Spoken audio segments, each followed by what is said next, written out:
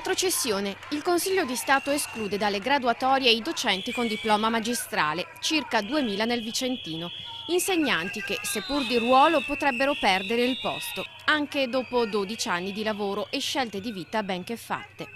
Solite cose all'italiana.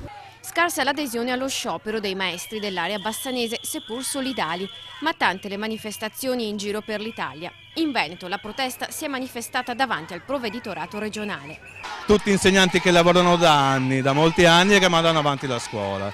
Il diploma di istituto magistrale era a loro sufficiente per salire in cattedra fino al 2001. Poi divenne necessaria la laurea, ma quella specifica in scienze della formazione. E i maestri continuarono a lavorare forti di ricorsi vinti e sentenze, della grande necessità che aveva la scuola, fino alla vigilia di Natale. È un'ingiustizia vera e propria, perché prima dovevano fare ben chiarire bene quello che volevano fare e poi dare la possibilità a tutti di fare ricorsi e di fare tutto quello che bisognava fare, non dare la possibilità di fare ricorso e poi fare marcia indietro.